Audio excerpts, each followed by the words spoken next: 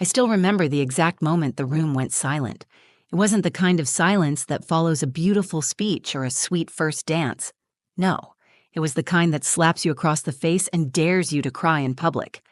"At my brother Liam's wedding," I begin, my voice steady but my chest still tight, "his bride stood on stage and called me a pathetic single mom, and the whole room laughed." But that wasn't the worst part. The worst part was when my own mother, my mother, leaned into her champagne glass and said loud enough for the microphone to catch it, "She's like a discount model with a scratched label." And just like that, they all laughed harder. Every guest, every fork paused mid-air, every chuckle that started small and grew into cackles that wrapped around my throat like a scarf made of shame. I sat there frozen. I could feel the blood rush to my cheeks, my ears ringing. My hands trembled slightly as I reached for my glass of water, but I couldn't lift it without spilling. I clenched my fingers into fists instead, hoping no one noticed how badly I was shaking. My eyes instinctively darted to Liam, my baby brother. He was up at the head table looking down into his lap. His face was blank, but his jaw twitched. His eyes flickered toward me once, just once, and then away, like he couldn't bear to look. That tiny flicker of guilt in his eyes? It gutted me. I felt like I was 8 years old again, standing behind the garage where the neighborhood girls used to whisper about how weird I was, how poor my clothes looked. Except this time, it wasn't strangers. It was my family, my own blood. And for what? Because I'm a single mom? Because I didn't come wrapped in silk and diamond-cut perfection like Emily?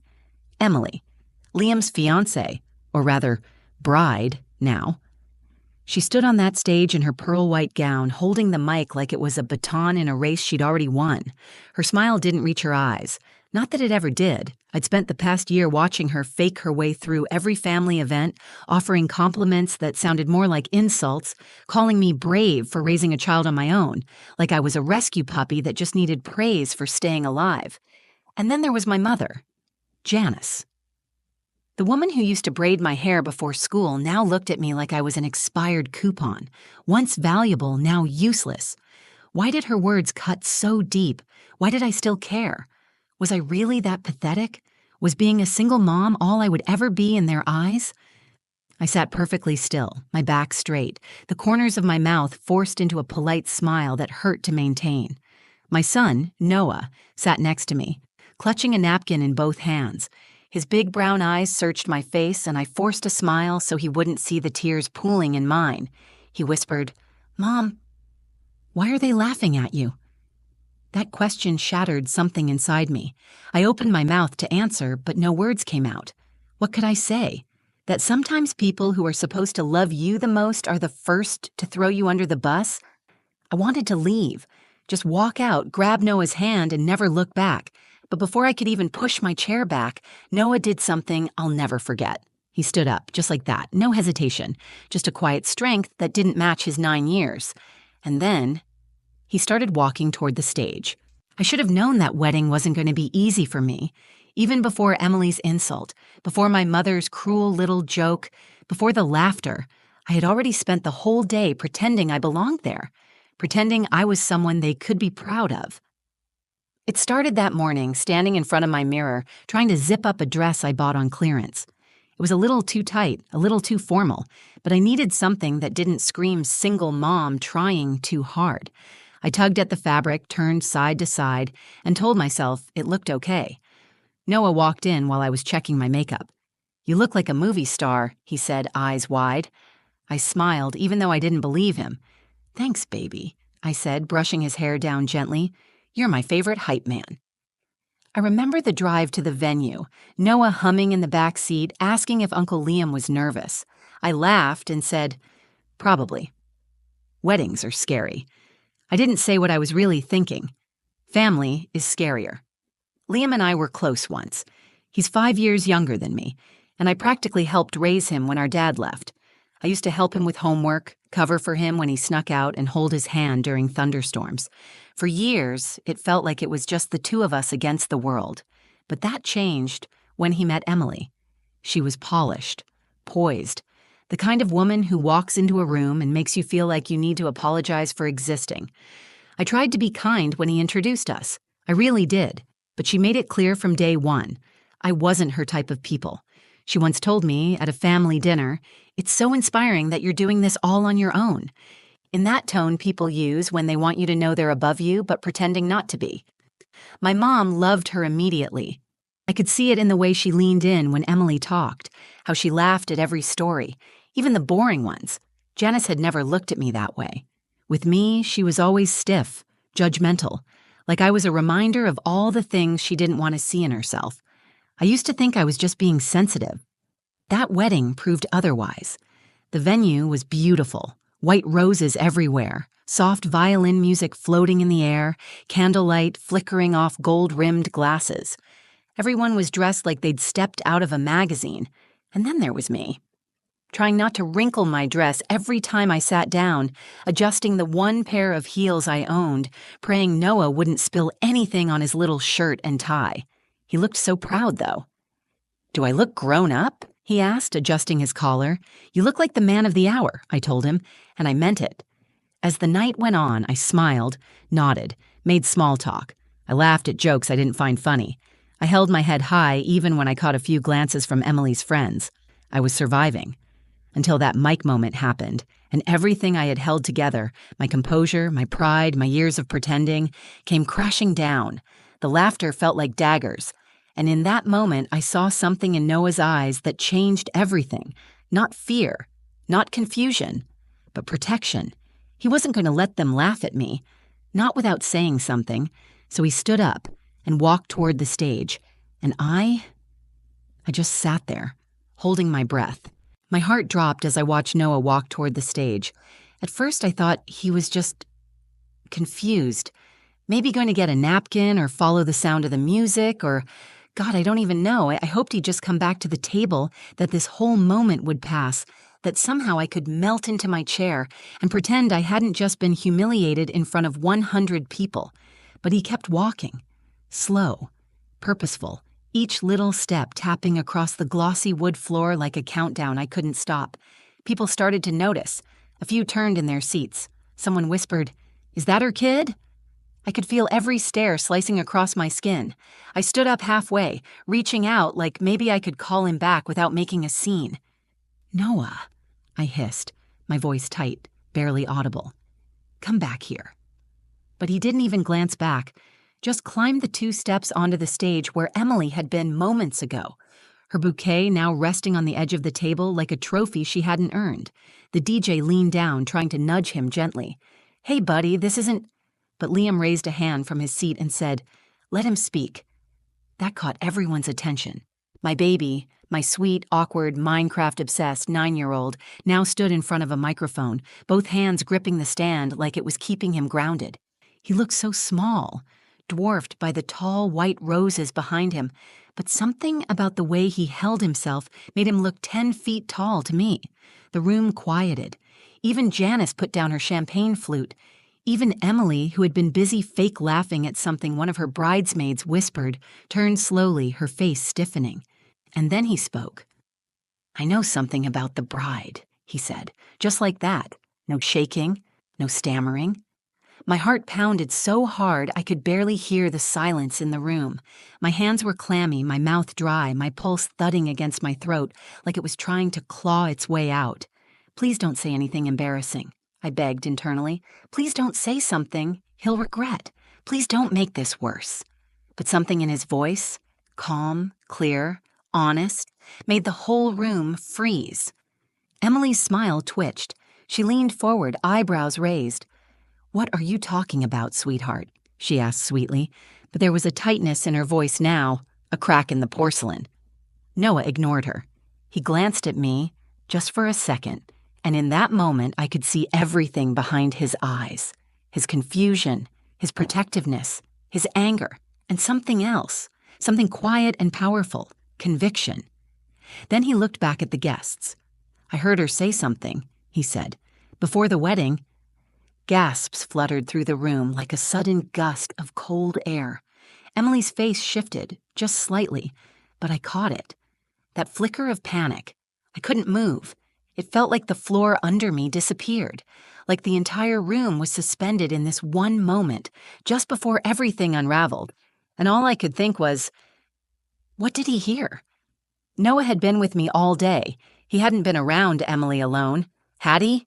And then I remembered. Earlier that afternoon, I'd sent him to find the restroom while I helped tie Liam's boutonniere. 5 minutes, that's all it took. He must have overheard something. The silence stretched thin as glass. No one breathed, no one moved. And Noah was about to drop something that would shatter it all. I felt like I was underwater. Everything slowed down. The sounds around me, the flickering lights, even the nervous shuffle of people shifting in their seats. All I could hear was the rush of my own heartbeat, pounding in my ears like a drum warning of something big, something irreversible. Noah still stood at the microphone, small hands gripping the stand, a wrinkle across his forehead, the kind he got when he was concentrating, like when he tried to solve a tricky math problem or beat a hard level in a video game. But this wasn't a game. I couldn't breathe. Part of me wanted to rush up there and pull him back, whisper in his ear that it wasn't his job to fix this, that I was the adult and I could handle it, that I'd survived worse. Barely, maybe, but I had. But the other part of me, the part that still ached from the laughter, still burned with the sting of betrayal, knew I couldn't stop him, because Noah had made a decision, and I could see it in his face. He was standing up for me, for himself, for us. He cleared his throat, and in the quietest room I'd ever been in, even that tiny sound echoed. "I was looking for the bathroom," he said softly, "before the wedding started." He glanced at me again, this time longer. His face didn't ask for permission. It simply said, "You taught me to speak the truth. I'm just doing what you taught me." I felt a tear slip down my cheek and quickly wiped it with the edge of my napkin. I wasn't sure if it was fear, pride, or both. "I walked past this room," he continued, "and I heard Emily talking to one of her friends." Emily shifted in her seat. Her mouth opened slightly like she was going to interrupt, but she didn't. Maybe she couldn't. Maybe she realized what was coming. Noah's voice didn't tremble. "She said she didn't really want to marry Uncle Liam." Gasps. Audible now, someone dropped a fork. A couple guests sat upright like they'd just been slapped awake. "She said," Noah continued, "that she needed someone stable, who'd give her a house and wouldn't question her when she goes out late, and that Liam would be too nice to ever say no." The words hung in the air like smoke from a fire nobody knew had started. Emily was frozen, eyes locked on Noah, mouth barely moving. "That's not true," she muttered, but no one seemed to hear or care. And Noah paused, and my stomach flipped. I could feel it coming. I didn't know what it was, but I could feel it. "And she said," he went on, "that once they were married, she'd make sure people like my mom never showed up again." That was it. A full silence fell over the room. Not stunned, not curious. Heavy silence. Like grief, or shame, or truth. Noah looked straight at Emily, then back at Liam, and finally at the guests.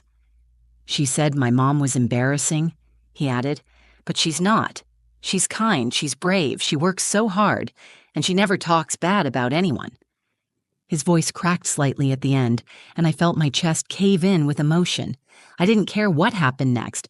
I didn't care who believed him or who tried to cover it up, because right then, on that wedding stage, my son did something most grown adults wouldn't dare to.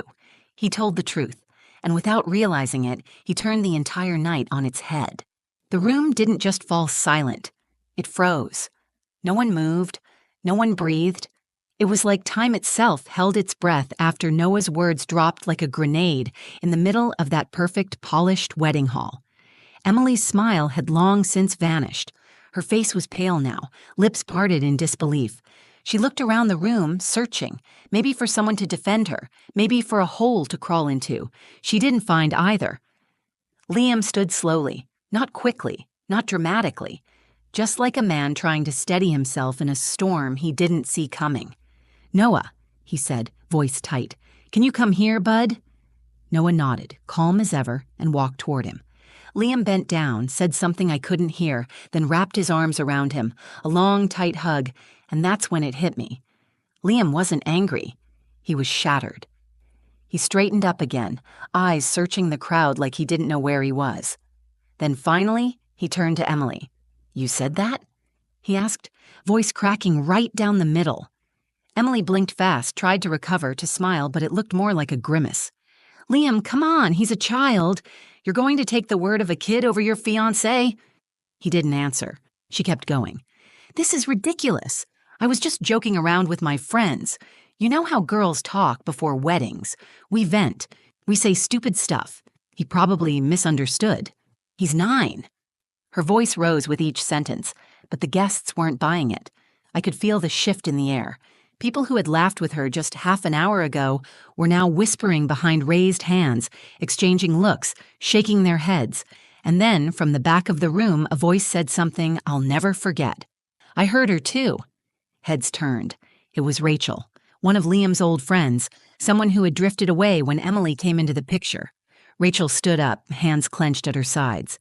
I went into the bridal suite to bring Emily her shoes. She didn't see me, but she said exactly what Noah just said, word for word. The air cracked open. Emily's face twisted, caught between rage and panic. Oh my God, are you all seriously doing this to me on my wedding night? But she was the only one talking now. Liam looked devastated, like someone had yanked the floor out from under him and he was still falling, still trying to find his footing. I asked you so many times, he whispered to Emily. I asked if you loved me, if you were sure, and you kept saying yes. Emily's expression softened. She tried to reach for his hand, but he stepped back. Liam, she began, but he shook his head. I don't know what's true anymore, he said, but I know my nephew didn't just make that up, and I know my sister never deserved the way we treated her. His words cut through me like lightning, sharp, unexpected, and blinding. For the first time all night, someone actually saw me. Emily didn't scream or cry. She just stood there for a moment, then turned and walked out of the room, heels clicking faster and faster on the tile until the sound disappeared completely. Silence again. Then someone clapped. Just one person, then another. And then the entire room was applauding. Not loud, not wild, but steady. Real. Not for Emily, not for Liam, but for Noah. For telling the truth when no one else would. And I just sat there, hand over my mouth, crying into my napkin, because somehow, in the most public and humiliating moment of my life, my son gave me back my voice. I don't remember much of what happened after that. The applause faded into a blur. People started getting up, murmuring, drifting toward the bar or their tables, like they didn't quite know what to do next. The fairy tale evening had shattered, and in its place something raw and painfully real lingered in the air. Liam came over eventually. I stood trying to gather myself, wiping tears that refused to stop, and I braced for whatever came next. But he didn't say anything at first. He just pulled me into a hug, a real one, tight, long, the kind you give someone after you've finally seen them clearly. I'm sorry, he whispered into my shoulder. God, Sarah, I'm so sorry. That was when I let go, just for a second. My arms around him, the years of distance and hurt pressing between us like glass that had finally cracked. I didn't know if it would all be okay from that moment forward, but I knew this. He finally saw me. And that was more than I ever thought I'd get. Later that night, Noah and I sat in the car in the near-empty parking lot, the venue glowing faintly behind us. I looked at him in the rearview mirror, his little face soft with sleep, his suit jacket off, bow tie loose, curls damp with sweat from the tension of the night. You okay, baby? I asked gently. He nodded slowly. Yeah, are you? That question hit me harder than anything said at that wedding. I think I am, I replied. I think I'm really okay. He sat quiet for a moment, then said, You're not a discount model. You're the best mommy in the world. Tears welled again, but this time they didn't sting. They felt warm, healing, like rain after a long, suffocating heat. That night, I tucked him into bed like I always do, but I held on a little longer than usual. I kissed his forehead, smoothed back his hair, and whispered, I'm so proud of you, Noah. You were so brave. He smiled, half asleep. You taught me. And just like that, everything shifted. I used to think being a single mom made me less than, like my life had a stamp on it, returned, damaged, not quite enough. But my son didn't see me that way. And when he stood up in front of a room full of adults to defend me, he reminded me of something I'd forgotten. I'm not weak. I'm not broken. I'm just human. and I've survived more than most. Liam ended up postponing the honeymoon, said he needed time to think. We talked a few days later, really talked, and I could feel something rebuilding between us. Slowly, gently, not perfectly, but honestly. Janice never apologized. She sent a cold text a week later. "I'm sure you understand things got out of hand. Hope you're doing well." I didn't reply. And for the first time in my life, I didn't need her approval because I had Noah and I had myself. People always say weddings bring families together. But this one? It pulled the mask off. And I'm grateful for that. I didn't lose anything that night. I gained clarity. I gained truth. And I gained the kind of pride no designer dress or polished image could ever offer. Turns out, I wasn't the one with the scratched label. I was the one who kept her integrity intact while others sold theirs cheap. And the person who reminded me of that was a 9-year-old boy in a clip-on tie, holding my hand. So, yeah. That's the story of how my son, my brave, beautiful 9-year-old, stood up at a wedding and changed everything with just a few words and a whole lot of heart. If this story moved you, made you feel something, or reminded you of your own strength, please like the video. It really helps more people find it. And if you believe in standing up for what's right, even when your voice shakes, share this story with someone who needs to hear it. And hey, if you want more real, raw, honest stories like this one, don't forget to subscribe to the channel and hit that little bell so you never miss a new video. Thanks for watching. Thanks for listening. I'll see you in the next one.